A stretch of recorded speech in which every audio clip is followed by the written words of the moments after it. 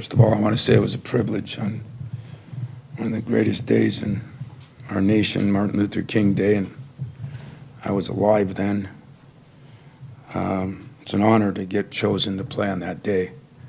And I told my team that's one of the privileges of being at Michigan State is you're wanted on the events that are big events. Be an aircraft carrier, whether it be Martin Luther King Day, you have the opportunity to do stuff that a lot of people just dream of doing.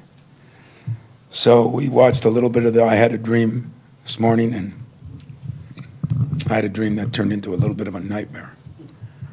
I first would like to give a lot of credit to Purdue. I think Matt Painter is one of the best coach in the Big Ten. I think he's one of the best in the country. I think he puts his people in position, as he did with Edie. I also want to give a lot of credit to Fletcher Lawyer, knowing the family, knowing him since he was very young. I thought we did a hell of a job on him, and the last 5 minutes of the game, he just took it over. And you got to give him credit. You got to give Edie some credit. I mean, he made all those shots. I'm so sick and tired of listening to officials tell me about pushing guys out when they're pushing guys in. I'm sick of it. So I'm not going to ruin a good party for them and just bitch about the officials. But that last call, as physical as that game was, and we're calling that one on Tyson up front, and was disappointing. We lost the game in the first minute. The ridiculous turnovers that first 5 minutes. AJ looked like he reverted back to last year. We looked like we were out of sorts. We're thrown into guys' backs. We just didn't do our job and got behind, dug ourselves a hole. And to the credit of my team, we battled back and physically out-rebounded them. It was just a slugfest, more people getting thrown around underneath the basket. We out-rebounded the best rebounding team in the Big Ten and maybe one of the best rebounding teams in the country. We outshot them. We missed a couple of key free throws, a couple of tough calls, a couple of bad plays early that we just couldn't catch up from.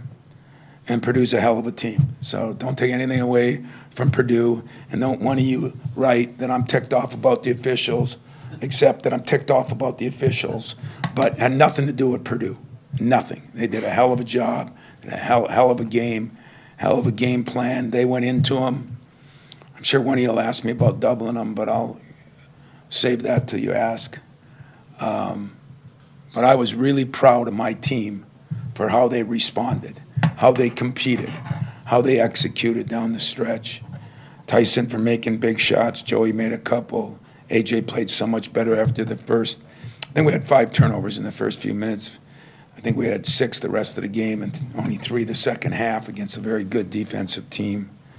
So throw whatever you want at me.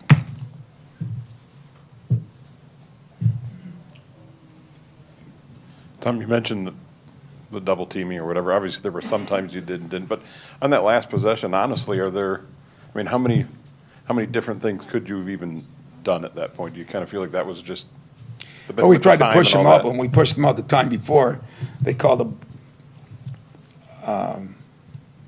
a foul that I did not think was necessary. I mean, one guy's pushing out, one guy's pushing in.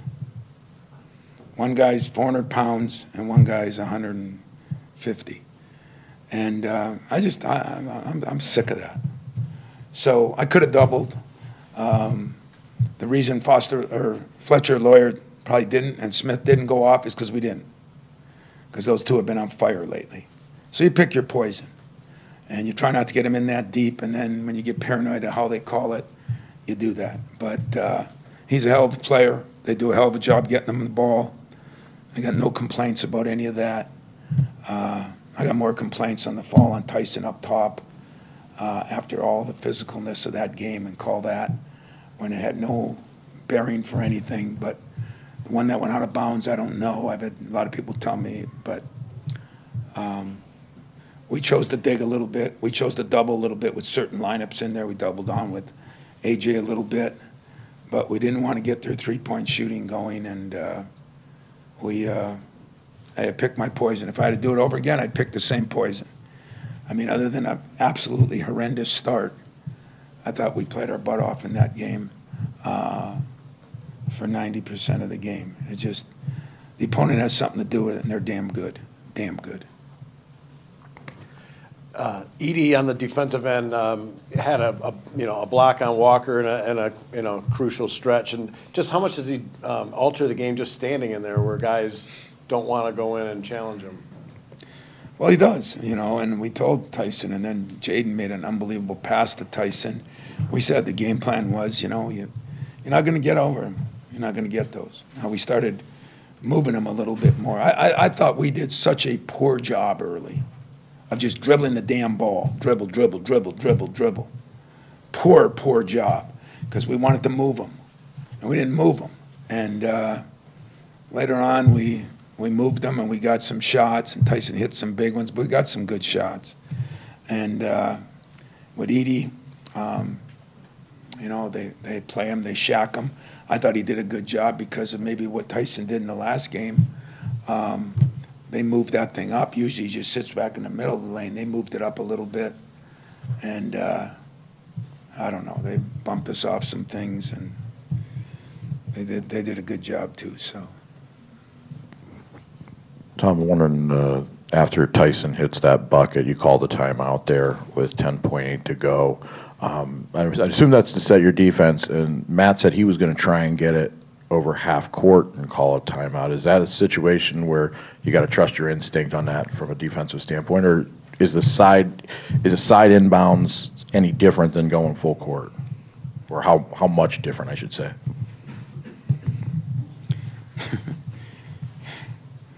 Don't mind my ignorance, but the question doesn't even make sense to me. I mean, I called timeout because I did want to set my defense. I didn't want it to be open court where they could hurt us and then we're all spread out. Plus, I wanted to get a sub in there so we could switch forward because we were having trouble with that thing. So I should have sat there and said, not to be a jerk, but I'm just telling you how some questions. Maybe Matt will call timeout and he'll give me a chance to sub my guys in. Maybe he won't. No, I did what I wanted to do. I did what I was supposed to do. That's what we do. You want to criticize it? Criticize it. I'm just telling you. That's what I did. I'd do it again. You laughing about? Tom, the pride you have in your team for this game today, is it doubled because of Malik Hall is out and you lost a key piece, and how big is that challenge going forward?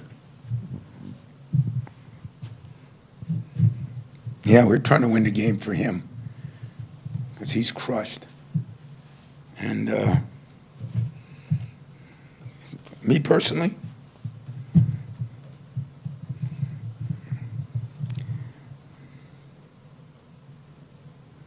today was an important day for me because I do appreciate Martin Luther King Day. I appreciate people that had dreams and goals because that was me. That was me. And I appreciated that Malik handled it so well, and we still don't know exactly what's going on, so you all know. We didn't hold anything back. We knew he wasn't going to play today, but specialists just looked at it today, and he had a meeting with him by Zoom during our game. So, I mean, nothing looks good in the immediate future, but whether it's the full year or not, we don't know. I just felt like we gave everything we got except at the beginning. We ran out of gas at the end. I was hoping to win so I could complain about the schedule, what we've gone through. But I can't do that now because when you lose, you can't do that. But something's got to, something's got to change here. I mean, the NCAA in their infinite wisdom are so concerned with us having 20 hours a week. And right now, I'm going up there and telling my staff to get their butts home. Don't look at another piece of film because a lot of people are burned out when you go through that thing week on. And why we would do that as a conference, I don't understand. But it's going to continue.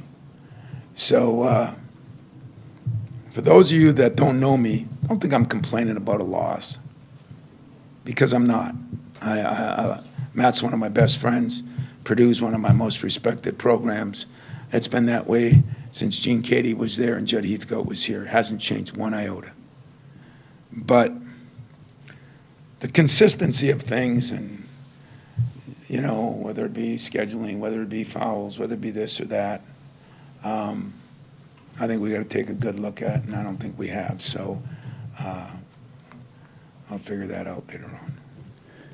Tom, you've mentioned running out of gas the last couple of games. How do you manage kind of those minutes for your key guys and maybe try to get a little bit more out of some other guys now with Malik out for the future?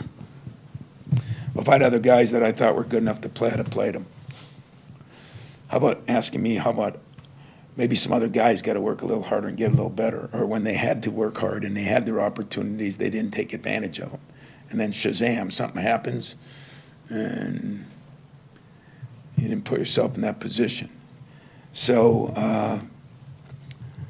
that is tough. We're going to have to deal with that. Joey can't play 38 minutes, but he's done it 3 games in a row now. And of all the positions, that's the one that's the most delicate right now. But I say all that, and we played the best teams in this country. Played them all. And this was arguably the number 1, 2, or 3 team in the country.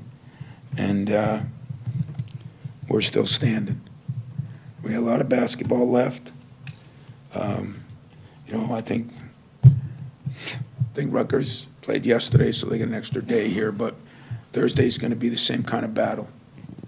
And physical, and it's going to be a battle.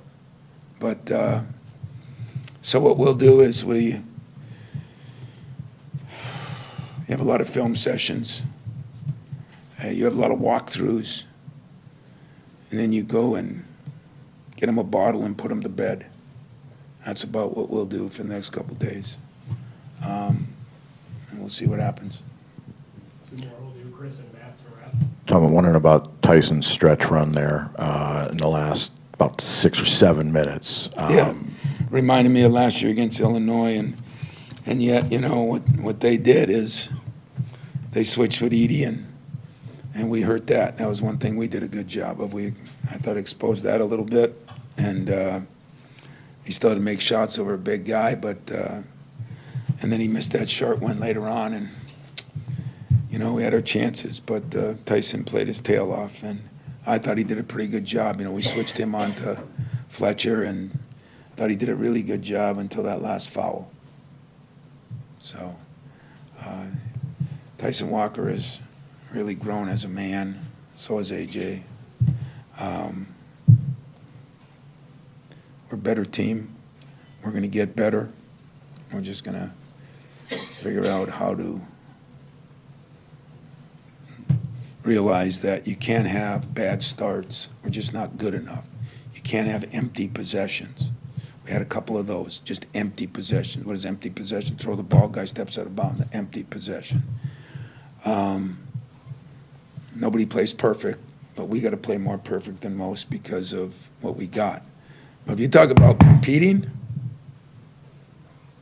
that was a hell of a basketball game for, I know one thing, I had Mark D'Antoni on one side and Mel Tucker on the other, and I know they enjoyed the game.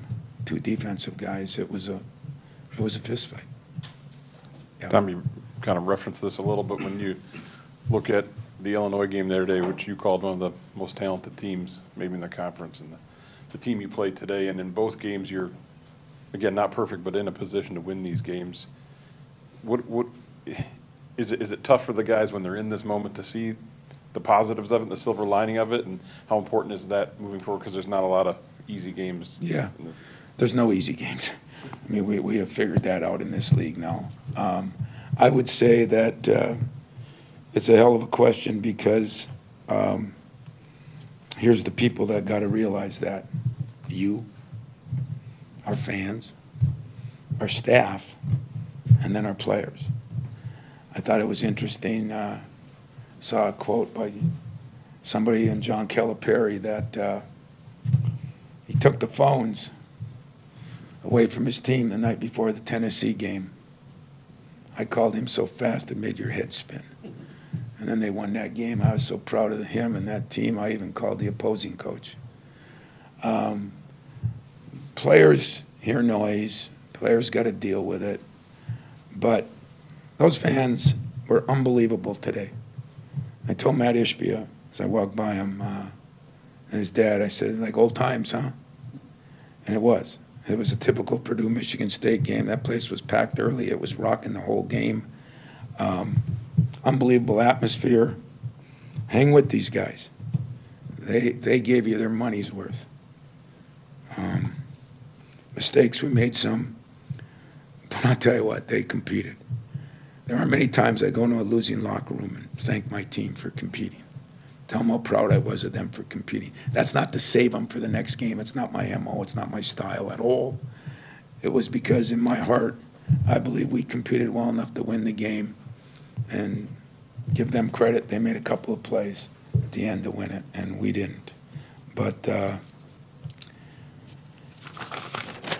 we're going to hopefully get some sleep. And oh, by the way, we might go to class too. I guess we got to do that. NCAA slaps your hand if you don't do that. So we'll do that, and then we'll figure out how to get ready for a tough Rutgers team who beat them in West Lafayette. But there ain't nobody we back down from. I mean, that game at Illinois, you know, was right down to the wire in the last couple minutes when Malik went down. You know, we just weren't ready to play without him. Today we did a little better job of playing without him. I got to get Pierre, one of those other bigs, ready to roll. I'm going to do a better job, and so I got to do a better job with them. We'll try to do that, but game makes me sick. Just because I thought there were so many different ways that we could have won it, but I also makes me proud of the way Matt won it because they just stuck to their stuff and went to their bread and butter at the end. We thought they would. We thought we could force them out enough. We just couldn't get them out far enough. Anything else? Thanks.